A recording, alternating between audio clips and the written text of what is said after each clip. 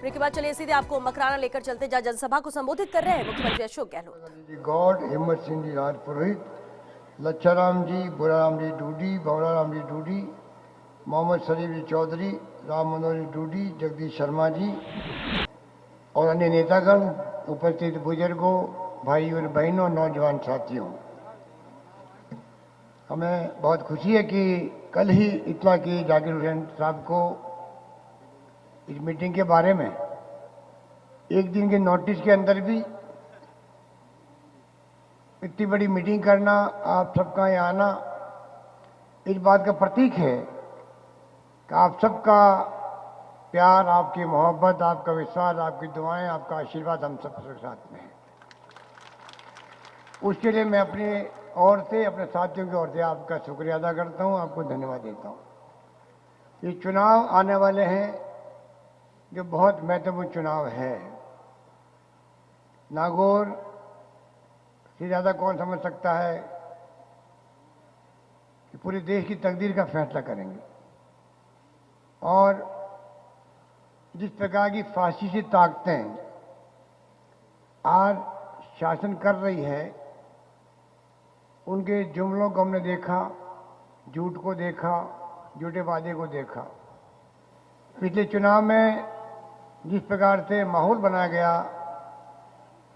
नरेंद्र मोदी जी के नाम का, काला धन लेके आएंगे 80 लाख करोड़ का, 15 लाख रुपए डाल देंगे खातों में सबके, 2 करोड़ नौजवानों को रोजगार मिलेगा प्रतिवर्ष, महंगाई कम कर देंगे, बड़े बड़े वादे किए गए। अगर आप उस चुनाव के भाषण आपने देखे होंगे कि नौजवानों ने सोशल मीडिया पे मोदी जी के, कश्मीर को लेके भी है, आतंकवाद को लेके भी है, अगर वो भाषण जो उनके थे उस वक्त के झूठे वादों के, वही जनता वापस देख ले तो कांग्रेस को कैंपेन करने की जरूरत नहीं पड़ेगी। इस प्रकार से झूठे वादे किए गए।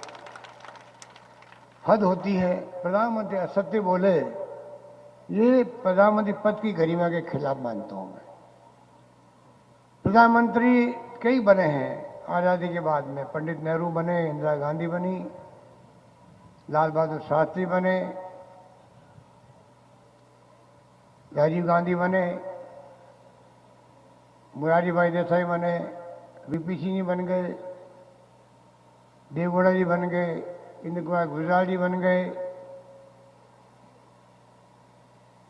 अटल बिहारी वाजपेयी जी बन गए, और डॉक्टर मनमोहन सिंह जी तो सबके सामने है कि किस प्रकार से उन्होंने शानदार शासन किया 10 साल का। अधिकार आधारित युग की शुरुआत करी तो डॉक्टर मनमोहन सिंह जी ने, सोनिया गांधी ने करी।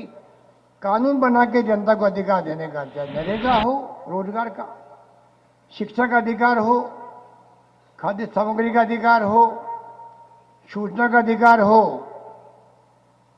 कानून बना के इस देश की जनता को अधिकार देने के युग की शुरुआत की है तो सोनिया गांधी ने, डॉक्टर मनमोहन सिंह ने करी। हर प्रधानमंत्री का एक अलग नजरिया होता है, बात करने का ढंग होता है, संदेश देने का ढंग होता है। मोदी जी का बहुत निराला ढंग है। उनके हाव भाव, उनकी बॉडी लैंग्वेज, उनके लटके झटके अलग तरीके के हैं, आप देखते हैं टीवी के अंदर। और व्यक्तिगत आक्षेप कभी प्रधानमंत्री ने आज तक कभी इतिहास में किए ही नहीं। किसी प्रधानमंत्री ने किसी पे व्यक्तिगत आक्षेप नहीं किया। मोदी जी वो शख्स है जो राहुल गांधी जी के बारे में क्या क्या नहीं बोलते, आप देखते हो, उनके परिवार के बारे में। ये कभी नहीं हुआ। विदेशों में जाएंगे तो हिंदुस्तान में 70 साल में कुछ नहीं हुआ था, हमारी शुरुआत करेंगे। ये अच्छी परंपरा नहीं है जो उन्होंने इस बार स्थापित करी है। आज तक कोई प्रधानमंत्री दुनिया किसी मुल्क में गया तो हिंदुस्तान में पिछली गवर्नमेंट ने कुछ नहीं किया, मैं सब कुछ करूंगा, ये किसी प्रधानमंत्री ने आज तक नहीं कहा होगा जो मोदी जी ने कहा। दुनिया वो समझते हैं और भ्रम में है कि बहुत इम्पैक्ट पड़ता होगा, प्रवासी भारतीयों में इम्पैक्ट पड़ता होगा। हो सकता है अस्थायी पड़ता भी हो जब बोलते हैं वो, तो लोग समझते हैं कि ये अच्छी बात है कि आप अपने मुल्क की बुराई बाहर के मुल्कों में जाके करो। ये मोदी जी ने किया। अरे प्रधानमंत्री तो वो होता है जो कोई बात की जबान से निकले तो आम 130 करोड़ से अधिक आबादी देश में है, आम जनता के दिलों को छूने वाली बात होनी चाहिए प्रधानमंत्री की, ये होना चाहिए। क्या वो है? हर जाति, हर वर्ग, हर धर्म के लोग आज डरे हुए हैं, सहमे हुए हैं। उद्योगपति हो, व्यापारी हो, इंटेलेक्चुअल हो, साहित्यकार हो, लेखक हो, और ये मीडिया वाले हो जो हम लोगों को दिखाते हैं, ये सब डरे हुए हैं, घबराए हुए हैं। इनके मालिक लोग वो डरे हुए हैं, कब इनकम टैक्स, ईडी, सीबीआई आ जाएगी। वो डर के मारे इस हिंदुस्तान का मीडिया एक तरफा मोदी मोदी मोदी दिखा रहे, एक तरफा। वो राष्ट्रभक्ति की बात करते हैं कि राष्ट्रभक्ति की बात को मुद्दा बना के हम चुनाव में जाएंगे, तो पूरे मीडिया में शाम को उसी पे बहस छिड़ जाती है। तो ये सर्टिफिकेट कौन देगा? क्या हम लोग बैठे यहाँ पर राष्ट्रभक्त नहीं है?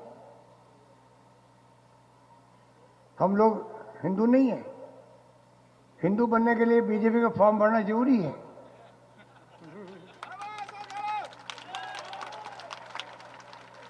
ये कहाँ लिखा हुआ है? तो ये लोग करते हैं, ऐसा माहौल बना दिया। उस माहौल में देश चल रहा है, इस माहौल में देश चल रहा है। आज लोकतंत्र को खतरा है, हर नागरिक को यह समझने की आवश्यकता है। संविधान को खतरा है, देश को खतरा है। अगर मोदी जी, आरएसएस के लोग वापस आ गए, वापस सत्ता में, आगे चुनाव भी होंगे कि नहीं होंगे इसकी कोई गारंटी नहीं है, मैं कह सकता हूं। इस खतरनाक मोड़ पे देश खड़ा है। ये बातें मैं बहुत जिम्मेदारी से बोल रहा हूं, सोच समझ के बोल रहा हूं। अगर नहीं समझेंगे तो इतिहास हमें कभी माफ नहीं करेगा, आने वाली पीढ़ी माफ नहीं करेगी। इस खतरनाक मोड़ पे ये देश खड़ा है, लीचिंग हो रही है, कोई सुरक्षित महसूस नहीं करता अपने आप को। अच्छी बात है तो मोदी जी के मुंह से निकलता मैंने देखा ही नहीं। क्या 70 साल में कुछ नहीं हुआ? अगर कुछ नहीं हुआ तो मैं आपको कहना चाहूंगा, सबको कहो हमें वोट देने की आवश्यकता नहीं है आपको। और सब कुछ हुआ है तो बीजेपी को सबक सिखाने का वक्त आ रहा है। पार्लियामेंट चुनाव, उसमें आपको साथ देना चाहिए। क्या लफाजी हो रही है देश के अंदर? अमित शाह क्या बोल रहे हैं, मोदी जी क्या बोल रहे हैं? पंडित नेहरू ने आजादी के बाद में जो 10-12 साल से जेल में बंद रहे थे, उनके बारे में किस प्रकार से सोशल मीडिया में उनके खानदान के बारे में बताया जा रहा है। अरे 12 साल जेल में रहने का इतिहास किसने बनाया? आपकी पार्टी का तो एक व्यक्ति ने अपनी उंगली तक नहीं कटाई है, एक दिन जेल नहीं गया है। आजादी जंग में तिरंगा झंडा लेकर के कितने लोग शहीद हुए, फांसी के फंदे पर चढ़े हों, लाठें खाई, गोलियां खाई, तब जाके मुल्क आजाद हुआ गांधी जी के सानिध्य में। लोकतंत्र काम किया तो कांग्रेस ने किया, गांधी जी, पंडित नेहरू, सरदार पटेल, मौलाना अबुल कलाम आजाद, डॉक्टर अंबेडकर ने संविधान बनाया। 70 साल में संविधान की रक्षा करी है, कांग्रेस ने करी। आधारभूत ढांचा खड़ा किया पंडित नेहरू ने किया देश का, उस पर खड़ा है आज पूरा मुल्क। चौमुखी विकास इसलिए संभव हुआ, सिंचाई इसलिए संभव हुई, बड़े बड़े बांध बने, बड़े बड़े स्टील के कारखाने लगे। विज्ञान में, तकनीकी के अंदर पानी, बिजली, सिंचाई, सड़कें का जाल बिछाना, बिजली पैदा करना कैसे संभव हुआ? भूल गए पंडित नेहरू को? कभी कहा मोदी जी ने कि पंडित नेहरू का योगदान भी था इस देश के अंदर। इंदिरा गांधी ने पाकिस्तान के 2 टुकड़े कर दिए, बांग्लादेश का उदय कर दिया। 90,000 कर्नल, जनरल, मेजर सैनिकों को हथियार डलवा दिए, सरेंडर करवा दिया। दुनिया में कहीं हुआ ऐसा कभी? आप सर्जिकल स्ट्राइक किए और घमंड कर रहे हो, अहम और घमंड में बात कर रहे हो, चुनाव जीतने की बात कर रहे हो। सर्जिकल स्ट्राइक के नाम पे चुनाव जीतने की बात करते हो।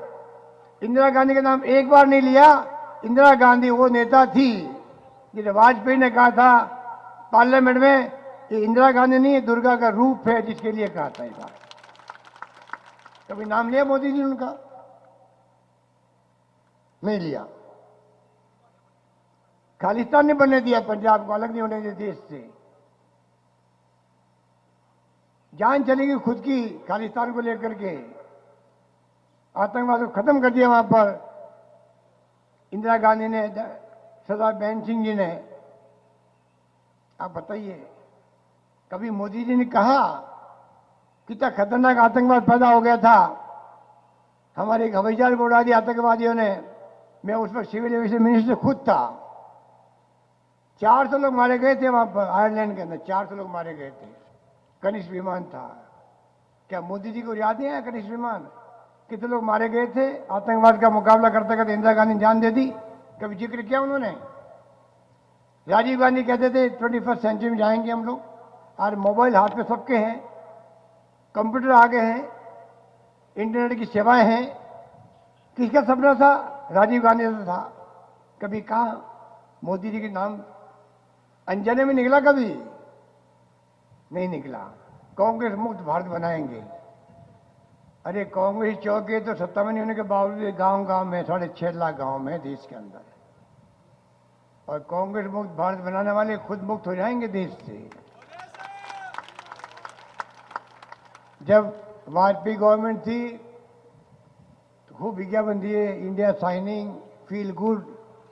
जनता उस वक्त भी समझ गई थी, समझदार जनता है कि वाजपेयी जैसे व्यक्ति को हरा सकती है तो मोदी जी आपका तो जो घमंड और गरूर है, जनता इंतजार कर रही है। वो समझती है कि आप आतंकवाद के नाम पे क्या करना चाहते हो। वो समझती है कि आपने आतंकवाद खत्म करने की बात करी थी। कांग्रेस के शासन में तो 4,500 आतंकवादी मारे गए थे। आपके शासन में 400 मुश्किल से मारे गए हैं। किसकी बात करते हो आप? जिस प्रकार से माहौल बनाया गया उसको आपको समझने की आवश्यकता है। मैं इतना कहना चाहूंगा कि सरकार आपने बनाई है, ये सीट हम नहीं जीत पाए। जाकिर हुसैन साहब आपके अपने थे, तो जिस प्रकार से यहाँ फर्जी पोलिंग और फर्जीवाड़ा हुआ, वो भी अपने आप में हार का कारण था। इसमें कोई दो राय नहीं हो सकती। बड़ा कारण वही था। इतने कम वोट से हार क्यों हुई? क्योंकि जिस प्रकार से योजनाबद्ध तरीके से फर्जी वोट डलाए गए, वो सब आपके जहन में मुझे कहने की आवश्यकता नहीं। तो सरकार फिर भी बन गई राजस्थान के अंदर। उसके लिए सबको, पूरे प्रदेशवासियों को हम बार बार शुक्रिया अदा करते हैं। ये मौका दिया, पुनः मुझे तीसरी बार मुख्यमंत्री बनने का मौका दिया, उसके लिए मैं शुक्रिया अदा करना चाहता हूँ। और कहना चाहता हूँ कि जैसे राहुल गांधी ने कहा था, हम कहते हैं वो करते हैं। किसानों कर्जा माफ करेगी सरकार, आते ही हमने कर्जे माफ कर दिए। कोऑपरेटिव बैंक के कर दिए हैं, भूमि विकास बैंक के कर दिए हैं, कॉमर्शियल बैंक के कर्जों की बातचीत चल रही बैंकों से। आने वाले वक्त में वो भी माफ करेंगे। हमारी स्पष्ट दृष्टिकोण है। हमने कहा 5 साल तक किसानों की दरें नहीं बढ़ेगी बिजली की। तो पहले भी मैंने कहा तो नहीं बढ़ी थी उस वक्त में। 1 लाख किसानों को कनेक्शन देंगे बिजली के, ये हमने कहा था, वो आपके सामने है। पेंशन हमने बढ़ा दी, 500 की 750 कर दी, 750 की 1000 कर दी। अभी हमें आते ही 2 रुपये किलो के बजाय गरीब को 1 रुपये किलो गेहूं देना शुरू कर दिया। बीपीएल परिवारों को, जनरल कैटेगरी के लोगों को 10% आरक्षण की बात करी थी, वो भी हमें लागू कर दिया राजस्थान के अंदर। लड़कियों की शिक्षा 12वीं तक पहले फ्री थी, कॉलेज की फ्री कर दी इस बार हम लोगों ने। और तो पानी का बिल, पहली बार आपके बिल नहीं आएगा गांव के अंदर। जो ज्यादा खर्च कर दो बात छोड़ो, बाकी के बिल भी नहीं आएगा। पानी फ्री कर दिया है, शहरों में भी गांवों में भी। ये पहली बार हुआ है। वो ज्यादा ही पानी खर्च करेगा उसका मैं नहीं कह सकता, पर आज खर्च हम कर रहे हैं उन सबके माफ होंगे। छोटे उद्योग लगाने वालों के लिए पूरे देश में पहली सरकार राजस्थान की है जिसने किया है। छोटे उद्योग लगाने वाले को अब सरकार के पास जाने की जरूरत नहीं पड़ेगी। 3 साल लगातार वे लोग बिना सरकार को पूछे हुए अपना उद्योग धंधा शुरू कर पाएंगे।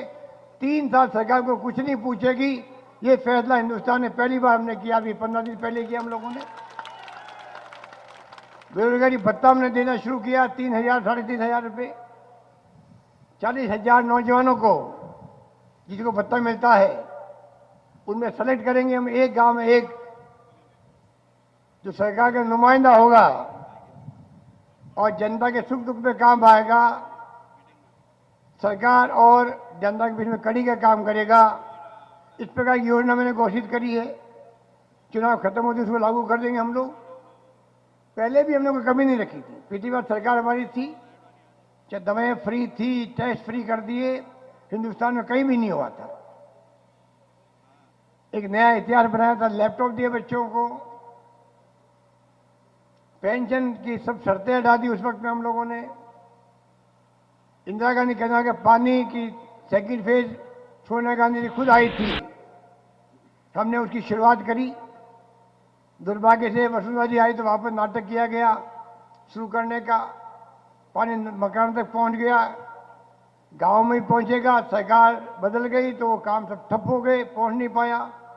अब हम लोग चाहेंगे कि पानी हो, चाहे सीवरेज सिस्टम की जो योजना पहले बनाई थी हम लोगों ने 200 करोड़ की, वो योजना हो, कोई कमी आने नहीं देंगे। ये मैं आपसे वादा करना चाहता हूँ।